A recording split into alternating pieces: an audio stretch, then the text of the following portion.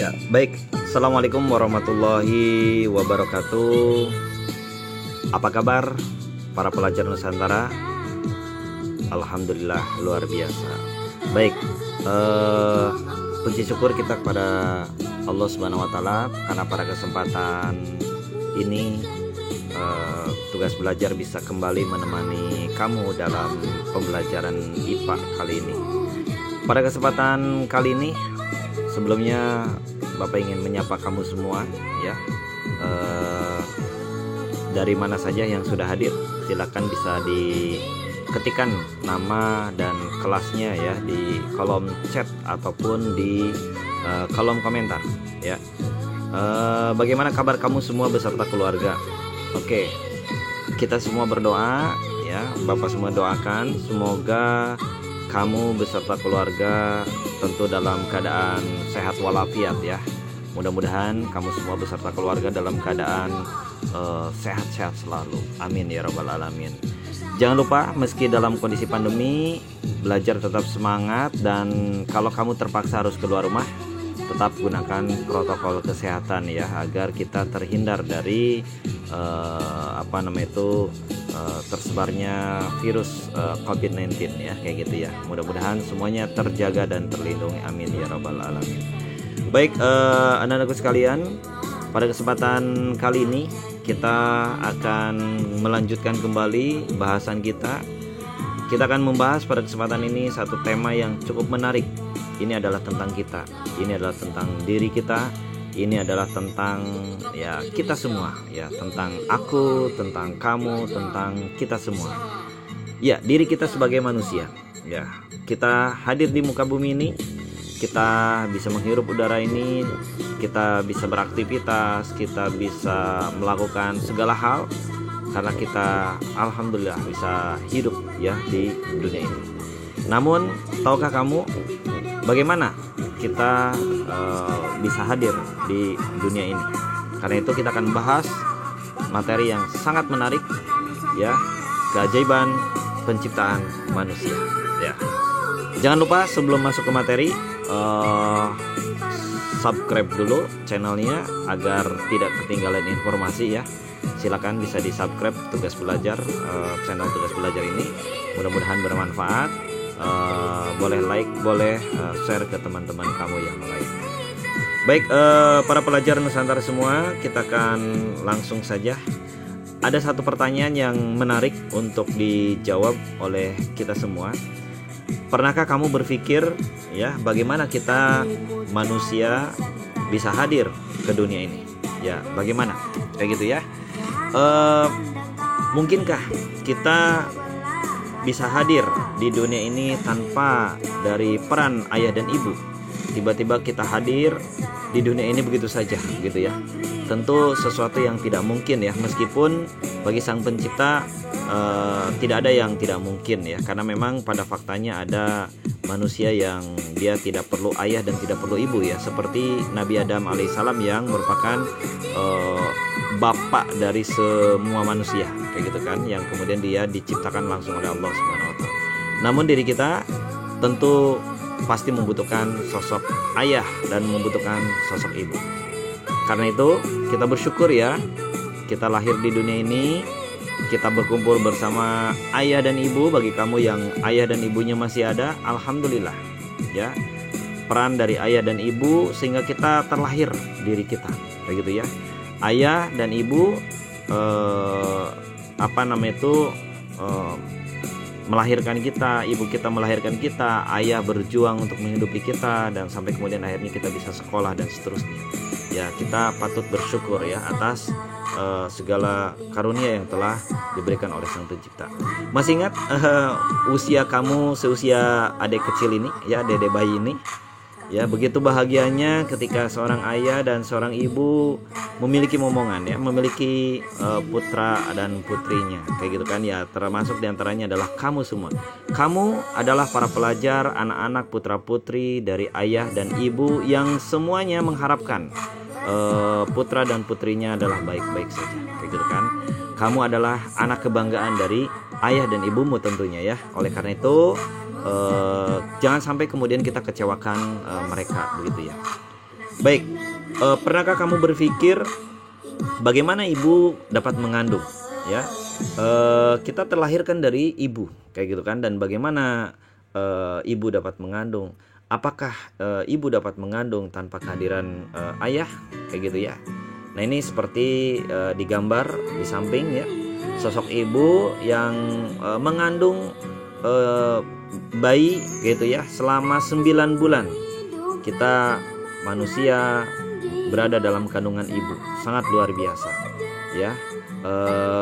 Seperti istrinya Imron ya, sampai-sampai beliau ketika menginginkan anak-anak, ketika beliau itu menginginkan terlahir anaknya, begitu ya, sampai beliau meminta kepada Sang Pencipta, wahai Allah, aku nazarkan untukmu yang di rahimku ini agar menjadi kesatria solih, maka kabulkanlah doaku, sungguh Engkau maha mendengar dan maha mengetahui. Begitulah diantara doa yang dikemukakan oleh istri Imron, yang dia menginginkan kelahiran dari anak solih ya. Berarti kalau anak solih itu laki-laki. Namun istri Imron ini melahirkan justru sebaliknya, yaitu perempuan, kayak gitu kan, yaitu yang bernama Siti Maryam ya, perempuan yang solihah, yang kemudian doa dari istri Imron ini sebetulnya dikabulkan oleh Allah Subhanahu wa taala ya, karena nanti dari Maryam ini akan lahir Nabi Isa alaihissalam, gitu ya. Baik, kita kembali ke sini ya. Kenapa kita bisa terlahir di muka bumi ini? Kita membutuhkan ayah, membutuhkan ibu. Ingat ya, wa khalaqnakum azwaja. Di dalam surat An-Naba ayat 8, Allah Subhanahu wa taala mengatakan bahwa kami menciptakan kamu itu berpasang-pasangan ya.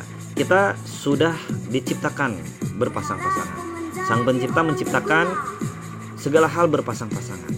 Ada siang, ada malam, ada pagi, ada sore, ada atas, ada bawah, ada kiri, ada kanan, ada hitam, ada putih, ada manis, ada pahit ya, berpasang-pasangan, kayak gitu kan. Termasuk ada positif, ada negatif, ada kutub utara, ada kutub selatan, begitu ya. Termasuk manusia pun telah diciptakan berpasang-pasangan. Ada laki-laki, ada perempuan, ada ayah, ada ibu. Tentunya Sang Pencipta menciptakan kita berpasang-pasangan ini punya maksud dan tujuan. Tidak begitu saja ya, punya maksud dan tujuan ya. Termasuk salah satunya bagi manusia, dia menciptakan berpasang-pasangan. Ada laki-laki, ada perempuan, dan satu sama lain saling memiliki kecenderungan. Dan itu adalah fitrah. Itu adalah ketetapan yang kemudian telah ditetapkan oleh Sang Pencipta. Sebagaimana Sang Pencipta menetapkan sebuah benda, ketika kita berada ketika benda itu diangkat oleh tangan kita, maka ketika kita lepaskan benda tersebut, maka benda dengan memiliki massa tertentu dia akan jatuh. Ya, kenapa? Karena akan tertarik oleh bumi. Ada gaya gravitasi. Itu adalah fitrah. Ya, ketika benda memiliki massa pasti akan jatuh ke bawah ketika berada dalam ketinggian tertentu. Demikian pula manusia diciptakan berpasang-pasangan. Ada ayah, ada ibu, yang kemudian satu sama lain memiliki kecenderungan. Ya, satu sama lain saling melengkapi sampai kemudian akhirnya terlahirlah diri kita. Alhamdulillahirabbil alamin. Baik, anak-anakku sekalian, bagaimana kamu dulunya bisa ada di dalam kandungan ibu? Ya kan? Ya. Saat dalam rahim ibumu, dari manakah kamu mendapatkan makanan? Kayak gitu ya. Nah, bagaimana juga tahap-tahap perkembangan embrio? Tahap-tahap embrio saat di rahim ibu kita semua, kayak gitu ya. Inilah yang nanti kita akan coba kupas, akan kita bahas ya. Oleh karena itu tetap semangat ya untuk menyimak pemaparan kajian kita kali ini ya. Baik, jangan lupa yang belum subscribe untuk subscribe dulu ya. Yang belum mengisi kolom chat ataupun komentar, silahkan bisa diisi dulu nih. Siapa saja yang sudah hadir, dari mana saja ya, sebutkan namanya dan kelasnya, kayak gitu kan, seperti itu ya. Baik, anak-anak sekalian, seperti yang telah kita bahas sebelumnya bahwa pada awalnya manusia itu berasal dari satu sel, ya kan? Selanjutnya sel tersebut itu mengalami pembalahan secara terus-menerus ya, sehingga pada saat dewasa manusia itu memiliki sekitar 200 triliun sel. Sangat banyak sekali. Dari satu sel menjadi 200 triliun sel ketika sudah dewasa. Tentu ini tidak ujug-ujug begitu saja ya. Ada serangkaian peristiwa yang sangat luar biasa. Kayak gitu ya. Nah, ini gambarannya bagaimana tadinya kita berasal dari satu sel, kemudian sel tersebut menjadi banyak. Ini setelah sebelumnya melakukan pembelahan. Jadi terjadi pembelahan secara terus-menerus ya, yang tadinya satu sel menjadi dua sel, dari dua sel menjadi 4 sel dan seterusnya. Nah, masih ingat kan pembahasan materi yang pertemuan yang lalu ketika kita membahas tentang pembelahan sel? Ada berapa jenis pembelahan sel? Ya, betul. Ada 2 jenis ya. Ada pembelahan sel secara mitosis dan pembelahan sel secara meiosis ya. Mudah-mudahan kamu masih ingat perbedaan antara pembelahan sel mitosis dengan meiosis ya. Ingat huruf T ya. Kalau T itu adalah pembelahan mitosis ya. Mitosis itu terjadi pada sel tubuh ya. Terjadi pada sel tubuh. Sementara untuk meiosis itu terjadi pada sel kelamin begitu ya. Baik, anak-anakku sekalian. Ya, sebagaimana diingatkan ya, kita diingatkan oleh Sang Pencipta, min ai syai'in khalaqahu. Ya, dari apakah dia Allah menciptakannya? Min nutfatun khalaqahu faqaddara. Ya, ternyata kita itu diciptakan dari setetes mani. Dia menciptakannya lalu menentukannya. Dia menciptakannya lalu memberikan qadar, menentukannya. Summa sabila yassara. Tidak hanya itu, kemudian jalannya pun dia mudahkan. Jalannya dia mudahkan. Baik jalannya sel-sel tadi sampai kemudian terlahir kita dan seterusnya ya. Ya, kemudian summa amatahu fa'akbaroh. Kemudian dia mematikannya lalu menguburkannya. Summa idza syaa'a ansyar. Kemudian jika dia menghendaki, dia membangkitnya kembali. Begitulah manusia ya, dari mulai tadinya tidak ada menjadi ada ya, dan ternyata kita manusia itu berasal dari nutfah kayak gitu ya, berasal dari nutfah kayak gitu, yang kemudian kita menjadi manusia sampai kemudian terlahir, kemudian akhirnya kita hidup di dunia ini, kemudian sampai suatu saat kita akan mati dan kita, kalau Allah menghendaki, kita akan dikumpulkan kembali di hadapan Sang Pencipta. Ini menjadi pengingat bagi kita semua.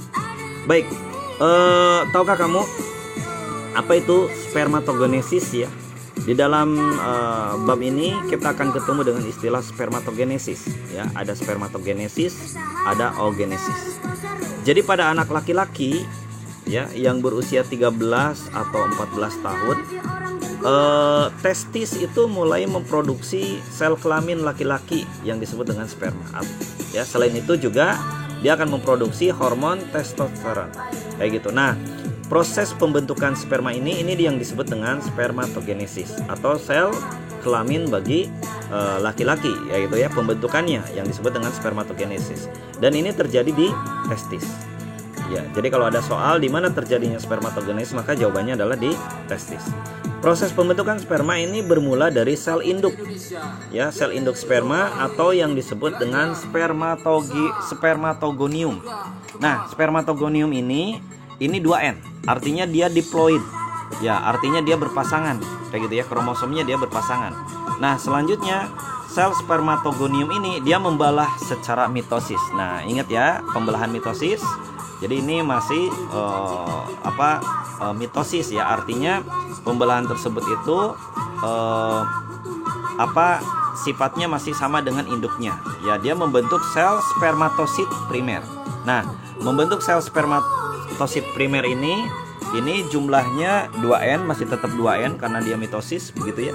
Nah, kemudian spermatosit primer ini dia akan membelah secara meiosis ya, membentuk 2 sel spermatosit sekunder kayak gitu kan, seperti itu. Nah, setiap sel spermatosit sekunder ini dia akan melanjutkan pembelahan meiosis. Nah, baru di sini tadi sudah ada meiosis 1 begitu ya, nanti ada meiosis yang kedua. Dia akan membentuk 2 sel spermatid ya. Yang selanjutnya spermatid ini mengalami diferensiasi atau perkembangan menjadi spermatozoa. Jadi dari sini terjadilah proses yang namanya spermatogenesis begitu ya.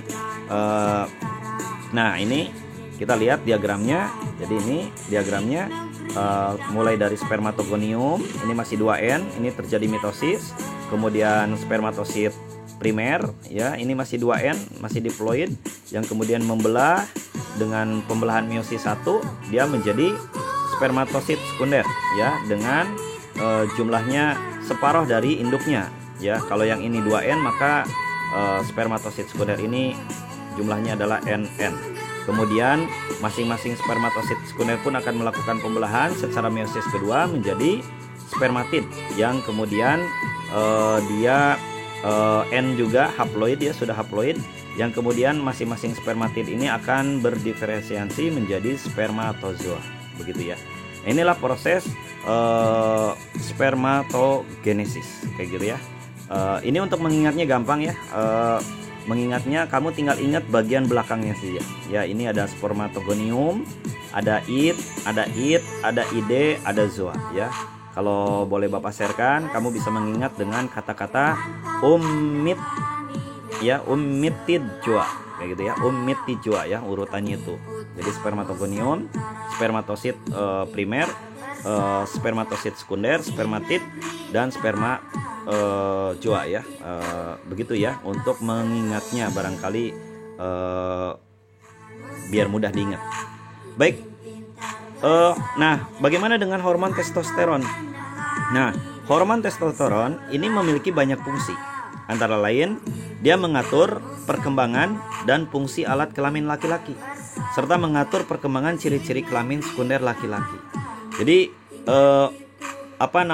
hormon testosteron ini dia mulai aktif saat anak laki-laki itu memasuki masa pubertas, atau dalam istilah lain sudah dalam masa balik, begitu ya, sudah dalam masa balik. Jadi ada ciri-ciri balik yang laki-laki dengan perempuan itu berbeda, kayak gitu ya. Dan ini ditentukan salah satunya oleh hormon testosteron.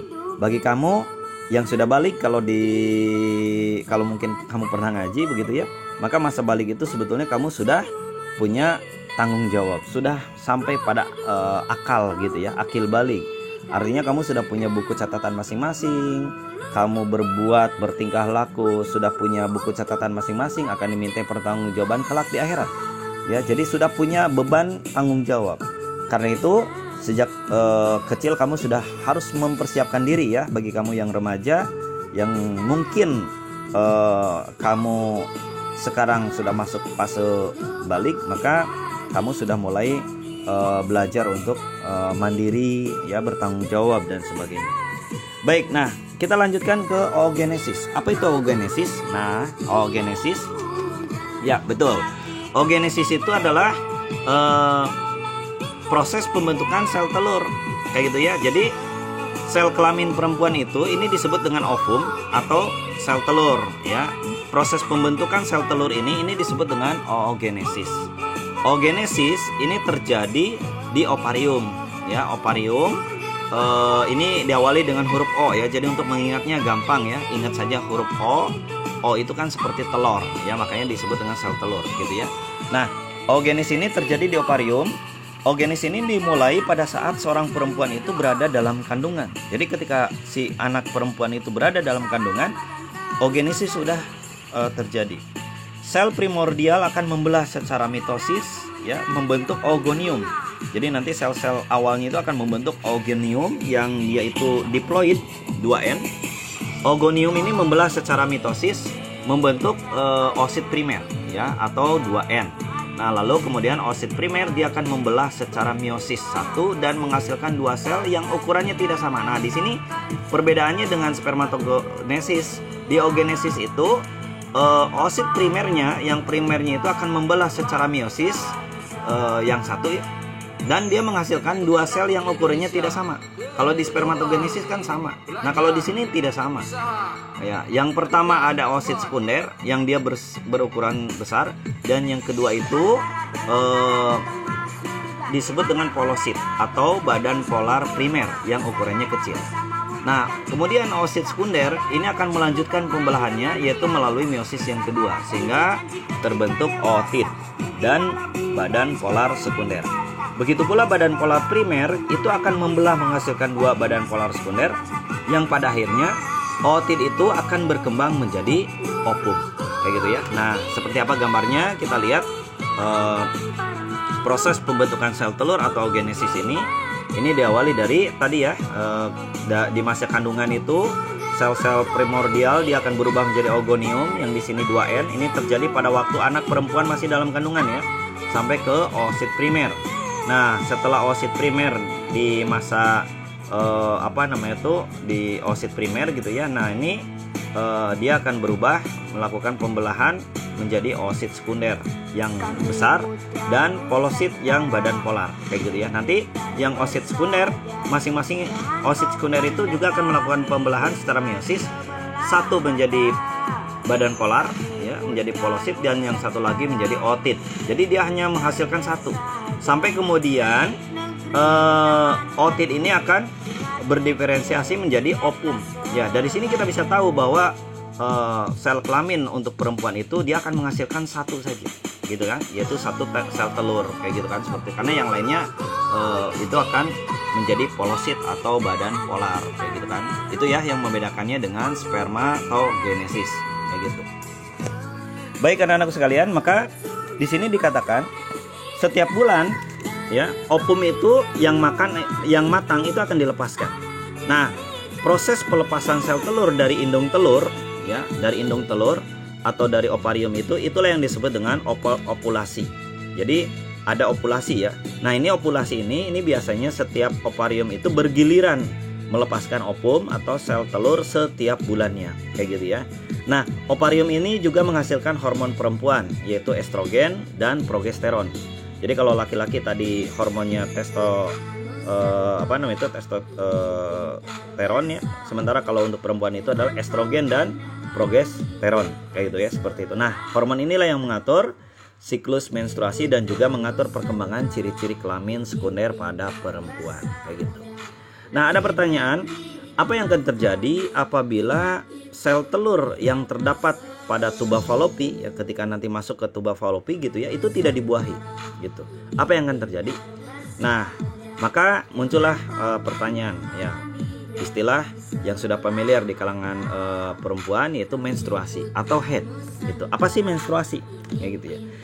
Jadi menstruasi itu adalah merupakan suatu keadaan alami pada perempuan yang itu terjadi ya, yang ditandai dengan keluarnya darah ya, cairan jaringan, lendir dan sel-sel epitel yang menyusun dinding rahim. Dan ini terjadi hampir setiap bulan ya, setiap bulannya atau ada periodenya gitu kan, setiap bulannya.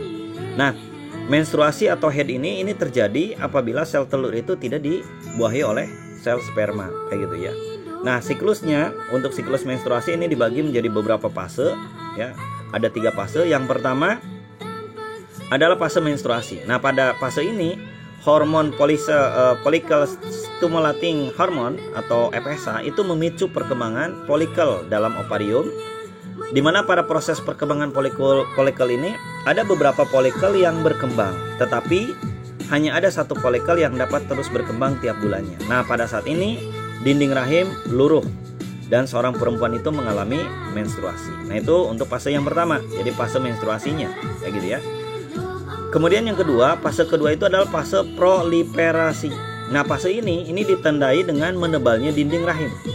Maka penebalan dinding rahim ini dipicu oleh hormon estrogen dan hormon progesteron yang dihasilkan oleh folikel yang terjadi pada saat awal perkembangannya tersebut, yaitu fase yang kedua ya, proliferasi. Kemudian yang ketiga adalah fase sekretori. Fase ini terjadi setelah folikel itu melepaskan sel telur dan berubah menjadi corpus luteum. Jika pada saat itu sel telur itu tidak dibuahi oleh sperma atau tidak terjadi fertilisasi, maka akan dikirimkan sinyal tertentu pada corpus luteum untuk tidak memproduksi hormon estrogen dan progesteron lagi. Itu luar biasa ya, begitu kompleksnya ya, begitu canggihnya. Ya, dengan demikian pada fase ini jumlah hormon estrogen dan progesteron pada perempuan itu akan rendah. Nah, rendahnya hormon estrogen dan progesteron ini akan mengakibatkan jaringan penyusun dinding rahim itu rusak dan pembuluh darah yang ada pada dinding rahim itu pecah, sehingga perempuan akan mengalami menstruasi ya. Masuk lagi ke fase yang pertama, begitu ya. Nah, itu luar biasa. Ya, jadi di dalam tubuh kita itu baik laki maupun perempuan itu memiliki sistem yang sangat kompleks dan sangat teratur sekali. Dan itu tak mungkin berjalan sendirinya ya. Pasti ada yang mengatur, pasti ada yang mendesain, kayak gitu ya. Pasti ada yang mendesain. Nah, selanjutnya apa itu fertilisasi? Fertilisasi itu merupakan proses peleburan inti sel sperma dengan inti sel telur sehingga membentuk zigot. Itu yang disebut dengan fertilisasi. Proses fertilisasi terjadi di mana? Dia terjadi di tuba falopi ya. Dia terjadi di tuba falopi. Nah, setelah terjadi fertilisasi, maka zigot yang terbentuk itu akan mengalami pembelahan dan berkembang menjadi embrio yang selanjutnya tertanam ke dalam endometrium ya. Jadi dia akan tertanam ke dalam endometrium dan mengalami implantasi. Maka pada kondisi ini seseorang itu mengalami kehamilan, kayak gitu ya, seperti itu, mengalami kehamilan kayak gitu. Tentu bagi ibu yang mendapatkan momongan, bagi ayah mendapatkan anaknya, sangat bahagia sekali ya ketika mendengar kabar istrinya mengandung dan sebagainya gitu kan, seperti itu ya. Nah, anak-anak sekalian, tahukah kamu ada sesuatu yang ajaib di sini ya? Bagaimana sel sperma itu bergerak menuju sel telur, kayak gitu ya.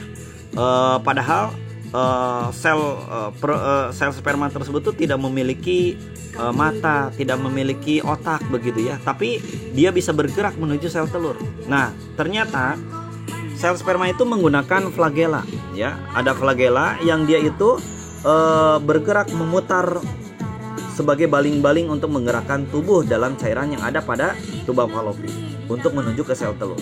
Jadi gerakan flagela ini ya, flagela ini dia memutar-mutar. Gerakan ini tuh dianalogikan seperti baling-baling ya yang mendorong perahu. Jadi dia akan berputar ya, akan berputar sampai kemudian akhirnya apa? Menghasilkan gaya dorong. Nah, ini di fisika ya dibahas ya. Akan menghasilkan gaya dorong.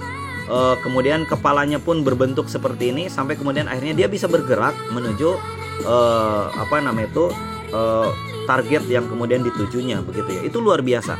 Ya, tentu ini semua tidak ini tentu bukan sekedar keinginan dari sel sperma ini saja, tetapi ini pasti ada desain. Ya, ada desain dari Dia yang Maha Pencipta yang telah menentukan manusia itu, yang telah menciptakan manusia itu berpasang-pasangan, dan dari pasangan tersebut itu menghasilkan keturunan dan keturunan, kayak gitu ya, seperti itu ya.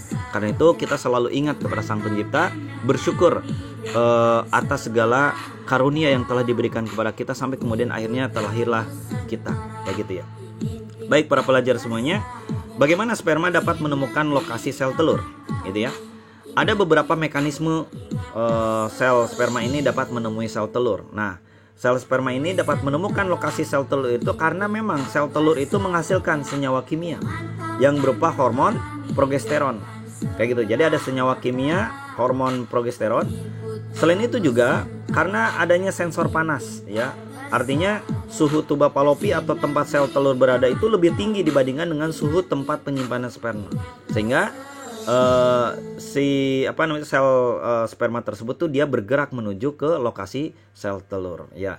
Maka di sini diajak oleh kita semua, ayo kita renungkan ya betapa hebat Tuhan kita, Sang Pencipta, Tuhan yang Maha Esa yang telah mendesain mekanisme pergerakan sel sperma ini dengan begitu sempurna ya, dengan begitu sempurna sehingga dia dapat menemukan lokasi sel telur itu dengan tepat, begitu ya. Ya, dia bisa menemukan lokasi dengan tepat, kayak gitu ya. Ini patut kita syukuri, kayak gitu ya. Maka kita ingat kembali, min ay syai'in khalaqah. Ya. Dari apakah dia Allah menciptakannya? Dari apakah Allah menciptakan manusia itu? Dan di sini ditegaskan, min nutfah, dari nutfah. Khalaqahu faqadara. Dia menciptakannya lalu menentukannya. Bukan hanya itu, summa sabila yasara. Kemudian jalannya dia mudahkan, kayak gitu kan, seperti itu luar biasa, kayak gitu ya. Baik, anak-anak sekalian, zigot yang tadi terbentuk setelah terjadinya fertilisasi itu akan melakukan pembelahan, ya, akan melakukan pembelahan. Selanjutnya berkembang menjadi embrio, ya. Dia akan membesar sampai kemudian akhirnya berkembang menjadi embrio yang akan menuju ke rahim, kemudian tertanam, ya, tertanam atau implantasi ke dalam endometrium, kayak gitu. Nah, pada kondisi inilah seorang itu mengalami kehamilan, kayak gitu ya. Nah, ini skema proses fertilisasi, ya, mulai dari ovulasi, ya, di sini ovarium, ya, di sini terjadi ovulasi, kemudian dia bergerak ke tuba Fallopi, dan disinilah terjadi fertilisasi. Ketika sudah terjadi fertilisasi, dia menjadi zigot, ya. Ketika ini yang kecil ini sel sperma ini masuk ke dalam sel telur, maka akan melebur, kayak gitu ya. Dia akan menjadi zigot, yang kemudian setelah menjadi zigot dia akan membelah, ya, akan membelah, terjadi pembelahan sampai kemudian dia berjalan ke pembelahan itu terus berlanjut sampai kemudian dia seperti ini, ya, sudah banyak, sampai kemudian akhirnya dia menempel, ya, implantasi di endometrium, kayak gitu ya. Nah, ini kalau diperbesar seperti ini, ya, yang tadinya dia berdekatan sampai kemudian dia tertanam di sini, ya, di endometrium, kayak gitu ya. Luar biasa. Ini skemanya sangat canggih sekali, kayak gitu ya. Sangat luar biasa sekali. Baik, tahukah kamu, ya, jutaan sel sperma itu begitu banyak, ya, yang dia menuju kepada sel telur. Namun dari jutaan sel sperma yang masuk ke saluran reproduksi perempuan itu ternyata hanya satu sel sperma saja yang dapat membuahi sel telur. Mengapa demikian? Nah, ternyata setelah salah satu sel sperma itu memasuki membran sel telur, maka ketika dia masuk ke membran sel telur, itu secara langsung sel telur itu akan membentuk benteng yang tidak dapat dilewati oleh sperma lainnya. Jadi ada mekanisme yang sangat luar biasa sehingga sel-sel yang lain itu nggak bisa masuk, kayak gitu kan. Dan ini bukan hanya keinginan dari sel telur dan sel sperma semata, ya, tapi ini adalah desain, ya, dari dia yang Maha Pencipta, gitu ya.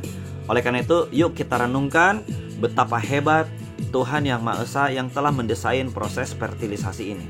Karena itu, ketika kamu terlahir, ya, ketika kamu sekarang terlahir dari rahim ibu, kayak itu ya, kamu itu adalah juara. Kenapa? Karena kamu adalah hasil dari kompetisi dari jutaan sel yang kemudian berkompetisi untuk masuk ke dalam sel telur. Dan ternyata semua jutaan yang lain itu mati, gak bisa masuk. Sementara kamu hanya satu yang masuk, sampai kemudian akhirnya tumbuhlah kamu menjadi embrio, sampai kemudian akhirnya terlahir dari perut ibu, sampai kemudian akhirnya terlahirlah menjadi sosok manusia. Karena itu jangan pernah minder, ya. Jangan pernah minder, jangan pernah merasa rendah, merasa lemah, gitu ya. Jangan merasa minder sehingga kita berputus asa, gitu kan. Sehingga kita tidak percaya diri terhadap apa yang telah diberikan oleh Sang Pencipta. Jangan. Kita harus syukuri, gitu ya. Kenapa? You are champion. Kamu adalah juara, kamu adalah pemenang. Karena itu legitkan potensimu, kejar mimpimu untuk menjadi orang yang sukses dunia akhirat, orang yang kemudian mampu membahagiakan kedua orang tua kita. Itu harapan kita tentunya, ya. Jangan pernah minder, kayak gitu. Baik, para pelajar semua, selanjutnya kita akan coba bahas bagaimana perkembangan embrio, ya. Nah, ini perkembangan embrio. Tahukah kamu bagaimana perkembangan embrio selama dalam kandungan? Nah, ternyata perkembangan embrio dalam kandungan itu dapat dibagi menjadi beberapa periode, yaitu ada periode trimester pertama, ya, artinya 3 bulan yang pertama, kemudian trimester kedua, dan trimester ketiga. Jadi ada 3 trimester, ada 3 periode perkembangan. Nah, trimester pertama, kamu bisa lihat, ya, di gambar ini. Untuk periode pertama ini terbentuknya hampir semua organ tubuh. Jadi semua organ tubuh ini terbentuk di trimester pertama, ya. Janin sangat rentan terhadap radiasi, sangat rentan terhadap obat atau alkohol. Oleh karena itu, ibu hamil harus memilih nutrisi yang baik dan menjauhi kebiasaan buruk, ya, seperti merokok, minum minuman beralkohol, itu harus dijauhkan. Agar apa? Janin yang dikandungnya itu tidak mengalami kecacatan atau gangguan kesehatan lainnya. Itu, ya. Nah, kondisi janin gambarnya sudah bisa dilihat ya di sini kondisinya. Ini gambarnya embrio 5 minggu, kemudian ini embrio menjadi janin ya bagian yang kedua. Nah, embrio itu ukurannya 7 mm, kemudian embrio itu telah memiliki bakal tulang belakang, jadi sudah ada tulang belakangnya. Otak dan sumsum tulang belakang ini mulai terbentuk. Kemudian embrio sudah dapat disebut sebagai janin. Ya, janin terlekat pada tali pusar yang terhubung dengan plasenta dan terlindungi oleh kantung amnion. Nah, ini ada kantung amnionnya ya, kantung ketuban. Janin terlihat menyerupai manusia. Kemudian janin untuk bagian yang berikutnya nanti janin itu berukuran 5,5 cm ya. Kemudian otot, tulang belakang, tulang rusuk, lengan dan jari itu sudah mulai terbentuk. Nah, janin sudah dapat menggerakkan lengan dan kaki, bahkan dia sudah bisa memutar kepala kayak gitu ya. Kemudian pada akhir trimester pertama, ini yang perlu diketahui, janin ini terlihat seperti miniatur manusia gitu ya. Jenis kelamin biasanya sudah tampak dan detak jantungnya dapat dideteksi gitu ya. Ini di trimester pertama kayak gitu. Lalu selanjutnya bagaimana di trimester yang kedua ya, yang kedua kita lihat yang kedua. Nah, untuk yang kedua, maka perkembangan utama janin itu dia memiliki pembesaran ukuran janin dan perbaikan struktur menjadi lebih detail. Di sini tidak ada perkembangan mendasar seperti pada trimester pertama. Jadi tidak ada perkembangan mendasar seperti pada trimester yang pertama ya. Untuk yang kedua ini ya. Janin dia udah berukuran 19 cm, berat badannya sekitar 0,5 kg. Janin telah terlihat seperti bayi ini ya, telah terlihat seperti bayi. Kemudian jari tangan dan jari kaki sudah terbentuk. Ini kamu bisa luar biasa ya, bagaimana merenungkan tentang pembentukan jari tangan ini.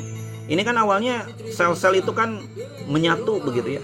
Tapi ternyata dalam satu waktu ternyata jutaan sel-sel itu tuh dia mati begitu ya. Dia mati tidak tersusun, dan ternyata matinya jutaan sel-sel tadi itu untuk membentuk sela-sela jari ya, sela-sela jari tangan gitu ya. Itu sudah terbentuk. Kemudian pada bagian ujung jari sudah tumbuh kuku. Janin telah memiliki alis ya, termasuk juga bulu matanya. Itu luar biasa ya, bagaimana kok bisa terbentuk seperti bulu mata dan sebagainya gitu ya, ada bulu matanya. Permukaan kulit ditumbuhi oleh rambut. Janin mulai bergerak aktif. Nah, pada akhir trimester ketiga ini mata janin sudah membuka dan mulai terbentuk gigi. Itu luar biasa ya, luar biasa kayak gitu ya. Tentu ini semua tidak terjadi dengan sendirinya, tidak terjadi dari keinginan si sel-sel tadi gitu ya. Pasti ada perintah, pasti ada sistem yang kemudian mendesainnya, ada sesuatu yang kemudian mendesainnya. Dan itulah desain yang telah kemudian diperintahkan oleh Sang Pencipta untuk menciptakan manusia dengan sempurna kayak gitu ya. Baik, trimester ketiga ini terjadi pertumbuhan ukuran bayi yang sangat pesat untuk mendapatkan kekuatan dalam hidup ya, dalam lingkungan luar. Jadi pertumbuhan ukuran bayinya sangat pesat, dan ini disiapkan untuk nanti siap untuk hidup dalam lingkungan luar kayak gitu ya. Di sini dikatakan sistem sirkulasi, sistem respirasi itu mengalami perubahan yang memungkinkan untuk bernapas dalam lingkungan luar. Janin juga mengembangkan kemampuan untuk mengatur suhu tubuh. Tulang mulai mengeras, jadi tulang sudah mulai mengeras, otot mulai menebal, dan pada saat lahir ukuran bayi sekitar 50 cm dengan berat badan sekitar 2-3 kg kayak itu ya. Nah, itu di semester ketiga kayak itu ya, luar biasa. Khalaqakum min nafsi wahidah summa ja'ala minha zaujaha wa anzala lakum minal an'ami thamaniyah azwajah yakhluqukum fi butuni ummahatikum khalqam min ba'di khalqim fi zulumatin salas. Dzalikumullahu rabbukum lahul mulku la ilaha illa huwa fa anna tusrafun. Jadi di sini kita diingatkan ya, Dia menciptakan kamu dari diri yang satu, yaitu Adam. Kemudian darinya Dia dijadikan pasangannya, dan Dia menurunkan 8 pasang hewan ternak untukmu. Dan di sini yang berhubungan dengan materi kita, yakhluqukum, Dia menjadikan kamu itu fi butuni, dalam perut ya, dalam beteng kalau bahasa kitanya, bahasa Sundanya, fi butuni, dalam butun ya, dalam perut ummahatikum, ibumu itu kholqon ya, penciptaan, mimba di kholqin, setelah penciptaan, fi zulmatin salas, dalam 3 kegelapan. Jadi dia menjadikan kamu itu dalam perut ibumu itu kejadian demi kejadian dalam 3 kegelapan. Ini luar biasa ya. Jadi jauh sebelum sains ilmu pengetahuan alam itu berkembang sampai kemudian menentukan periode-periode di kandungan, ternyata melalui Al-Quran itu sudah disampaikan informasinya bahwa ada kejadian dalam 3 kegelapan, begitu ya, seperti itu. Baik anak-anakku sekalian, pertanyaan berikutnya adalah ini yang menarik. Dari manakah makanan embrio saat di perut ibu? Kita tahu kan, selama 9 bulan dalam kandungan, bayi itu bisa tumbuh dengan baik jika mendapatkan nutrisi yang cukup, gitu ya. Kita selama 9 bulan di perut ibu, gitu ya, tak mungkin tumbuh dengan baik jika tidak disuplai dengan nutrisi yang cukup, kayak gitu ya. Nah, pertanyaannya, dari mana makanan embrio itu ya? Dari mana makanan embrio kita saat di perut ibu kita, kayak gitu ya. Nah, ternyata embrio itu mendapatkan makanannya bukan ke warteg dulu, bukan ke kafe dulu, bukan ke restoran dulu ya. Mah, mau ke kafe dulu, mau makan dulu gitu. Enggak seperti itu ya ternyata. Enggak ke warteg dulu gitu ya, enggak gitu ya. Tapi ternyata dia mendapatkan makanannya dari plasenta. Apa itu plasenta ya? Plasenta ini merupakan penghubung kehidupan antara ibu dan janin yang memberikan nutrisi. Ya, ini plasenta ya. Nah, di sini ini plasenta. Jadi penghubung antara ibu dan janin untuk memberikan nutrisi. Semua kebutuhan bayi ya untuk tumbuh dan berkembang itu disuplai oleh ibu melalui plasenta ini. Jadi semua kebutuhan bayi ini semua disuplai oleh penghubungnya, ya ini plasenta, gitu ya. Di dalam plasenta atau yang disebut juga ari-ari, darah ibu mengalir, ya. Darah ibu mengalir melalui pembuluh darah kapiler, ya. Kemudian molekul-molekul yang ada dalam darah sang ibu seperti glukosa, protein, lemak, oksigen dan lainnya itu akan sampai ke bayi dengan cara ini, gitu ya. Itu luar biasa. Maka anak-anakku sekalian, kayak gitu ya, bagaimana seorang anak memiliki ikatan hubungan yang sangat kuat dengan ibu, gitu ya. Maka kalau kita sudah mengetahui tentang ini, bahwa ternyata ketika kita di perut ibu, selain ibu bersusah payah mengandung kita selama 9 bulan, begitu ya, ternyata ibu pula lah yang kemudian menyuplai makanan kita. Ibu pula lah yang kemudian menyuplai makanan kita melalui plasenta, gitu ya, melalui plasenta. Maka sangat miris kalau misalkan kita sebagai anak berani melawan ibu. Sangat miris kalau kita sebagai putra, sebagai putri dari sosok ibu yang bersusah payah mengandung kita, melahirkan kita. Lalu kemudian ketika kita terlahir di muka bumi ini, malah kita mengecewakan sosok ibu. Malah kita, mohon maaf, marah kepada ibu, melotot kepada ibu, membentak ibu. Kita harus beristighfar. Kita harus meminta maaf, kita harus mengelus dada, gitu ya. Harus ingat siapa yang kemudian memberi makanan kepada diri kita saat kita embrio waktu di rahim ibu. Siapa? Kalau bukan ibu melalui plasenta, kayak gitu ya, seperti itu, kayak gitu. Oleh karena itu, pantas kalau misalkan dalam sebuah keterangan, ketika ada perintah ayah dengan ibu itu berbarengan, maka ketika ditanya pada Rasulullah, siapakah yang lebih pertama ditaati? Maka Rasul mengatakan, ibumu, ibumu, ibumu, baru ayahmu. Kenapa? Betapa sosok ibu itu sangat erat hubungannya dengan sang anak, kayak gitu ya. Nah, itu terkait dengan plasenta ya. Fungsi vital dari plasenta lainnya selain sebagai suplai makanan, ternyata plasenta juga punya fungsi lain, yaitu apa? Melindungi bayi dari penyakit. Jadi penyakit-penyakit itu akan dihalangi ya oleh plasenta. Jadi dia akan melindungi bayi dari penyakit, begitu ya. Baik anak-anak sekalian, selanjutnya ada pertanyaan ya. Mengapa cairan ketuban atau amnion itu dapat membantu proses kelahiran. Nah, ini kamu bisa mencoba menjawabnya kira-kira apa ya? Boleh dikirim di kolom chat ya. Coba kaitkan dengan gaya gesek ya antara bayi dan saluran reproduksi ibu ya, kayak gitu ya.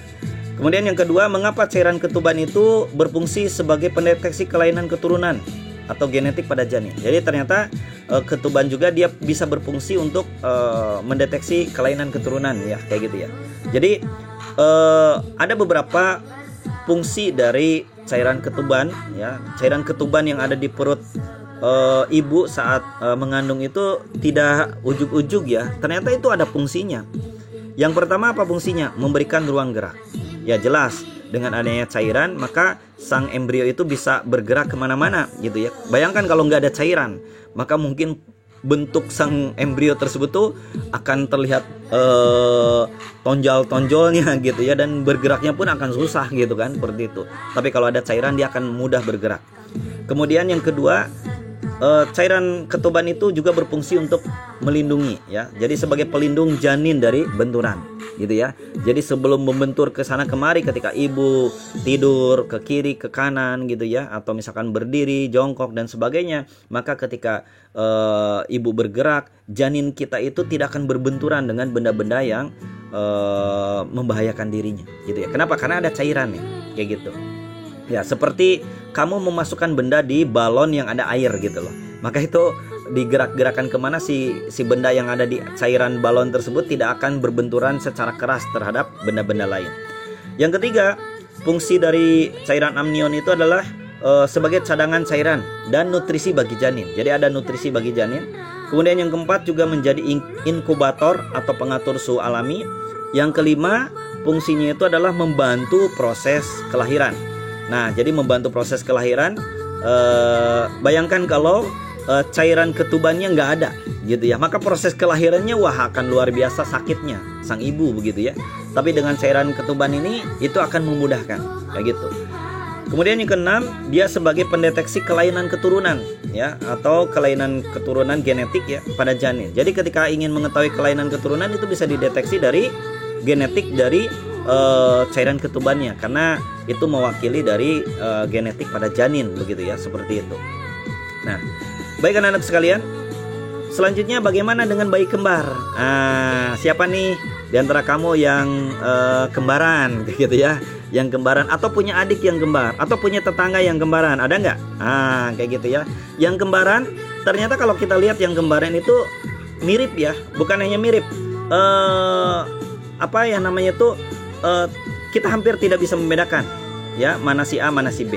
Nah, jadi kembaran ini pada umumnya seorang perempuan itu kan mengeluarkan satu sel telur pada setiap bulannya ya.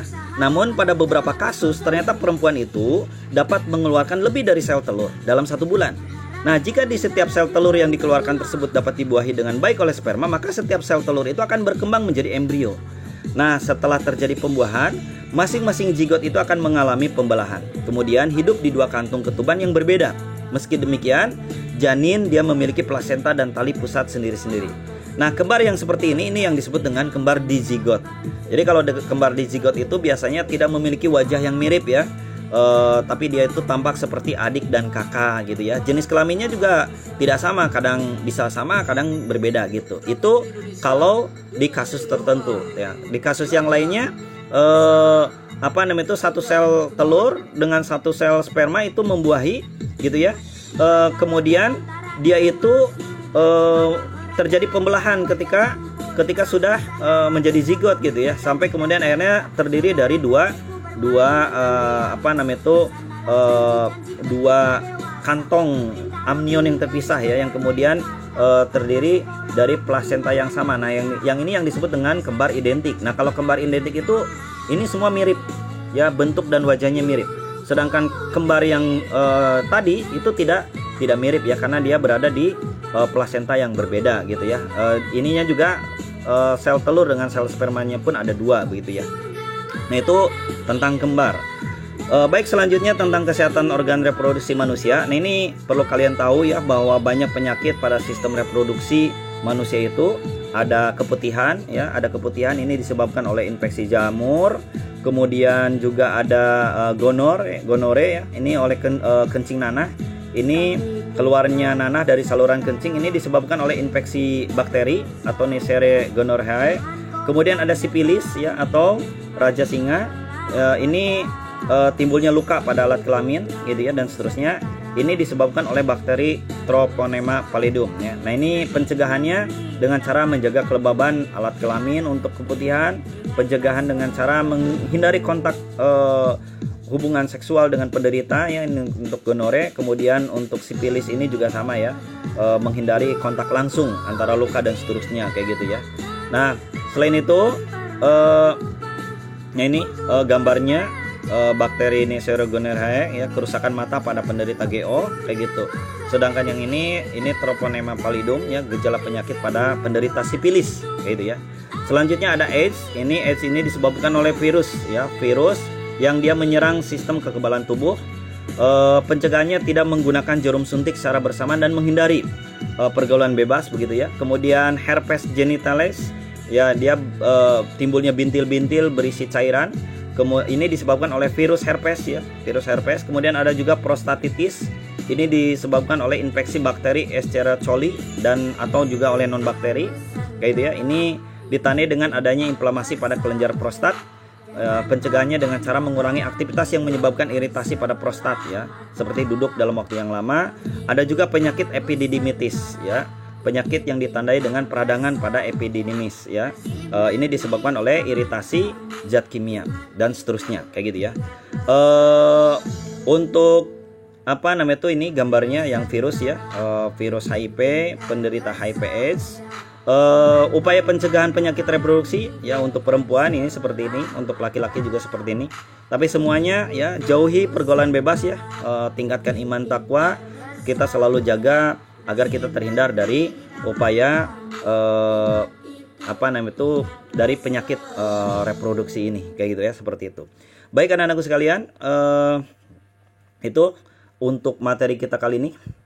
Baik, sebelum kita masuk ke berikutnya, sedikit kita akan refleksi terlebih dahulu tentang apa yang kita sudah bahas ya. Kita akan refleksi dulu, kita akan putarkan tayangan berikut ini. Selamat menyimak.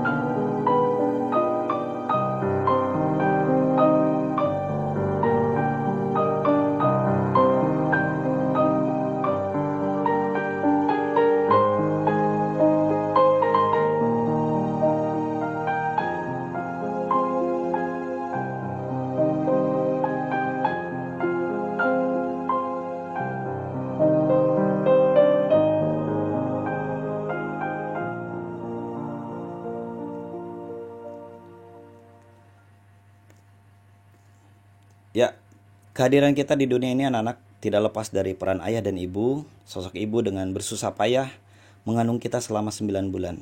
Ayah bekerja keras menghidupi kita. Tidak ada harapan dari mereka bagi keturunannya yang membuat mereka bahagia selamanya, selain menginginkan anak-anaknya menjadi putra-putri yang solih-solihah.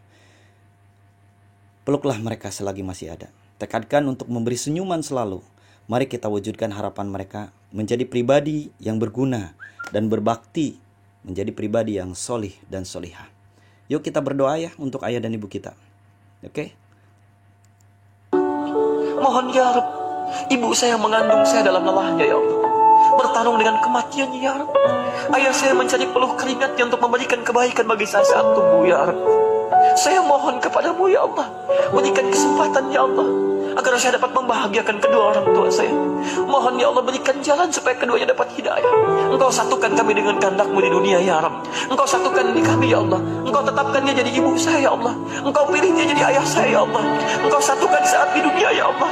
Maka mohon ya Rabb, jangan pisahkan kami saat di akhirat. Ya Allah, satukan kami saat di akhirat seperti Engkau satukan kami saat di dunia.